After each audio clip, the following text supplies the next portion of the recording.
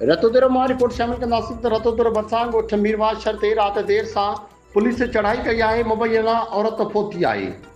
इहा अफ़सोसनाक ख़बर अवां सां शेयर कयूं पिया। रतोदर भरिसां ॻोठ मीरवाज शहर ते राति देर सां पुलिस चढ़ाई दौरान मुबैना तौर ते औरत फोती आहे। वारसनि पारां मुबैना तौर ते फोथियल औरत सबुल ज़ाल अली मोहम्मद शर जो लाश रतोदर लाड़काणो रोड ते PS गढ़ी खुदाबख्श भुट्टो ऐं PS धामरा जे आख़िरी हदनि वटि रखी पुलिस ख़िलाफ़ एहतिजाज कयो आहे।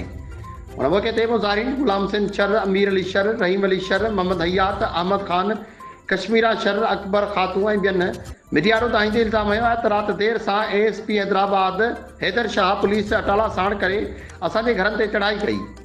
15 खां वधीक मेहूं काहे विया। घर में पियल अनाज, घरेलू सामान खण सां गॾु 3.5 लाख रुपया रोक रक़म बि खणी विया। पुलिस जी अहिड़ी नाइंसाफ़ी ख़िलाफ़ जॾहिं असीं निकितासीं त पुलिस वारनि तशदुद कयो। हुन में हिकु औरत सबुल खातून फोती वई आहे।